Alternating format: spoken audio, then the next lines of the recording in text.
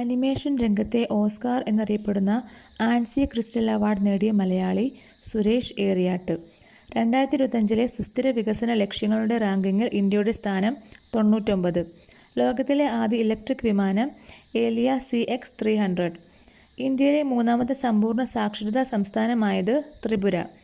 ഇന്ത്യയിൽ ആദ്യമായി മൊബൈൽ അധിഷ്ഠിത വോട്ടിംഗ് സംവിധാനം നടപ്പിലാക്കുന്ന ആദ്യത്തെ സംസ്ഥാനം ബീഹാർ. പരിസ്ഥിതി സംരക്ഷണ പ്രവർത്തനങ്ങൾ ശക്തിപ്പെടുത്തുന്നതിനായി മാച്ചി വസുന്ധര ക്യാമ്പയിൻ 6.0 ആരംഭിച്ച സംസ്ഥാനം മഹാരാഷ്ട്ര. 2025 അന്താരാഷ്ട്ര ഒളിമ്പിക് ദിനത്തിൻ്റെ പ്രമേയം ലെറ്റ്സ് മൂവ്.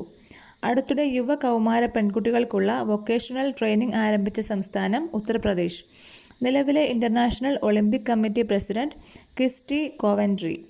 2025 മലയാള സാഹിത്യ വിഭാഗത്തിൽ കേന്ദ്ര സാഹിത്യ അക്കാദമിയുടെ ബാലസാഹിത്യ പുരസ്കാരത്തിന് അർഹനായത് ശ്രീജിത്ത് മൂത്തേടത്ത്. വരളാരു കൂറും തമിഴ്നാട്ടു കാസുകൾ എന്ന പുസ്തകം രചിച്ചത് തങ്കം തേനരസ്. തോട്ടം തൊഴിലാളികൾക്കായുള്ള ലയം ഹൗസിംഗ് സ്കീം നടപ്പിലാക്കിയ ആദ്യത്തെ ജില്ല ഇടുക്കി.